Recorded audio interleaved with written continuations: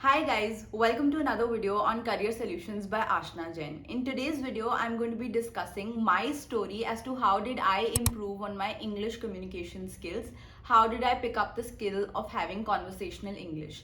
Now, before we even begin with my story, you need to understand that having fluent English speaking skills does not necessarily mean that I'm speaking grammatically correct all the time. However, I need not be grammatically correct most of the time. I just need to have structure and clarity of thought. So today I'm going to be telling you how did I develop it through a lot of weird things that happened with me, while I was in college.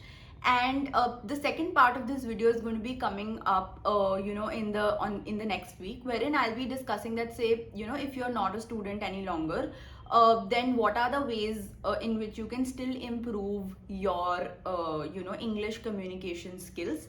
And because my story definitely revolves around my student life and then subsequently my work life, so if there are any professionals who are still thinking of getting better at speaking English, then of course you are definitely going to be waiting for the next video, right? So with that said, let's get into today's video.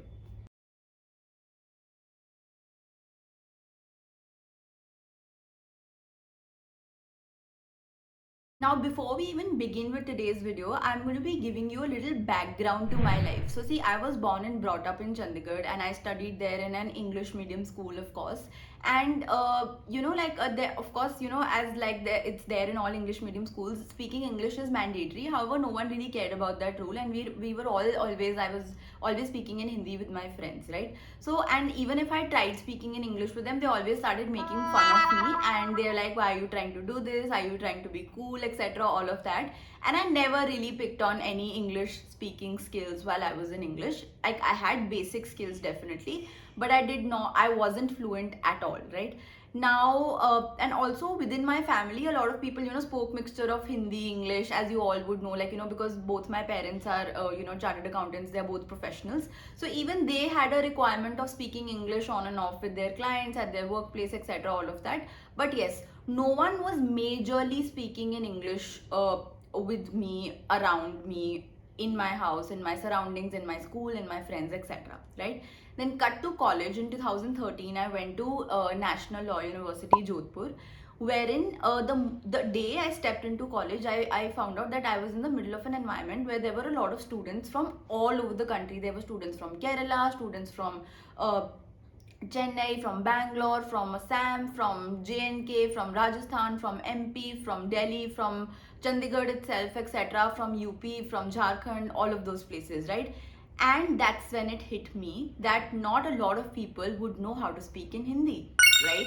And then I was forced to speak in English with those students because they did not understand Hindi, right? So my first exposure to compulsorily speaking in English was when people did not understand my Hindi, and I was forced to structure my sentences and my thoughts in English for them to understand. Even the faculty in my college were not all from the north, and they did not really understand Hindi most of the times.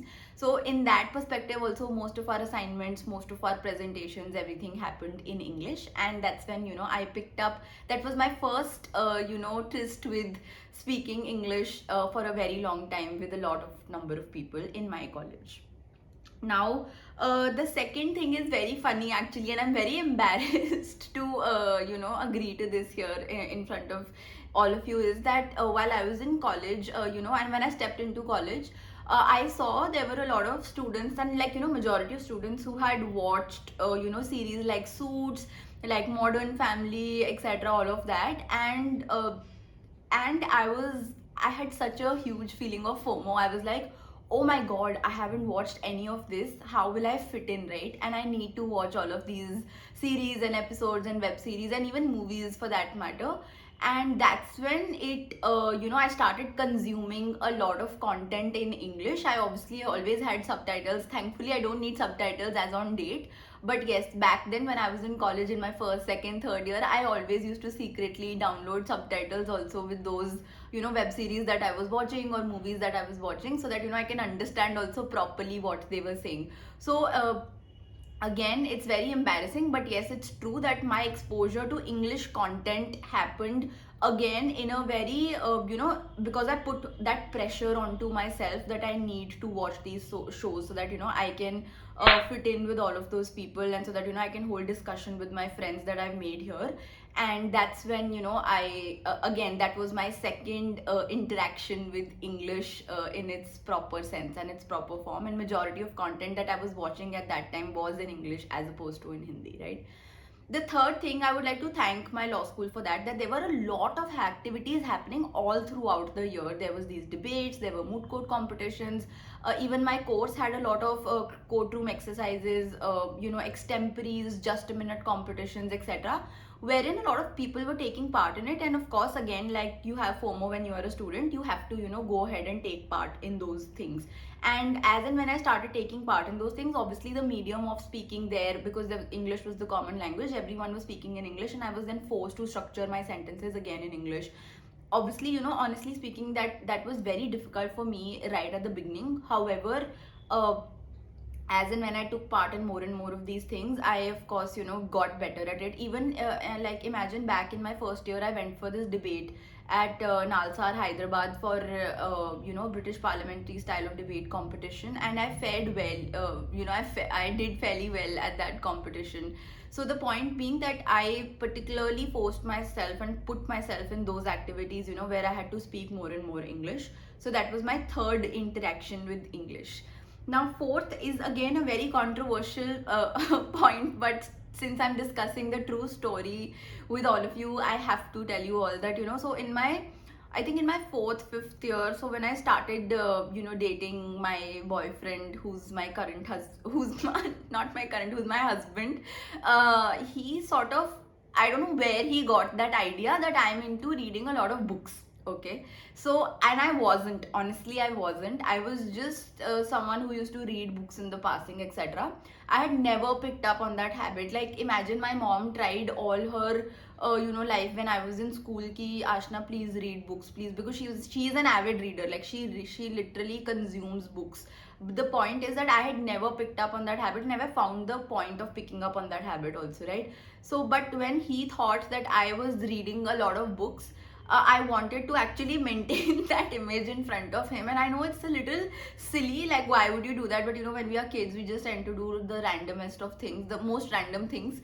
And I ended up actually just reading books so as to impress him and to tell him that, oh yeah, like I'm so cool and I read books and all, so I'm like league above you, all of that. And in that process, what happened? I just read books to look cool, but then I fell in love with reading books so much so that I haven't left that habit, thankfully, even till date. And I'm always, you will always find a book near my bedside. You'll always find a book on my table. You'll always find a book in my bag, in a car, where I'm going, everywhere, on my dining table, everywhere. There are just books lying around in our house now, and I'm so thankful for him. That he got that wrong image in his head that I read books, and then subsequently I started reading in it. So which is why I consumed more of English content. I started reading more, my vocabulary started increasing, and that's how it bettered my language further. So that was my fourth interaction with English. And the last and the final interaction is, when I interned, or when I even started working at law firms, I realized that there are people again from all over the country, and they might not necessarily understand Hindi. And also over that, you had to always speak in English with your clients. That's the code of conduct of most of the law firms that are there in Delhi, Bombay, and all of those areas. And that bettered my language further. After that, the final stroke was when I became a career coach. I had to obviously conduct mentorship sessions with students all over the country. I had to conduct workshops in law schools and colleges all over the country. I had to make Instagram videos. I had started my YouTube channel, etc. And everything was happening wherein I had to speak so much all day in and day out, that now I feel so confident in speaking in English that sometimes when people tell me in my mentorship session that that can we not speak in English, or like can we speak in Hindi, I become hesitant for like 1 second. But obviously that's just that hesitation that I have, because I've been taking all of the sessions in English all throughout, that I feel confident now. So I think my work life also impacted my speaking, my English communication skills majorly. And yeah, I'm very thankful for that. with that, I hope you've gotten an idea of how there were some weird ways in which I actually ended up speaking in English. And I picked up on that skill of having good conversational English. So I hope you benefited and you've enjoyed and benefited from this video. And if you enjoyed it, please wait for the second part. It's coming out on next Sunday, where I'll be discussing some other proper techniques where you can actively indulge in and better your language and make it better for yourself and have better conversations with people. So I think till that, have a great week ahead and have a great Sunday also. I hope you've been having a great weekend, and we'll see you next week. Thank you so much.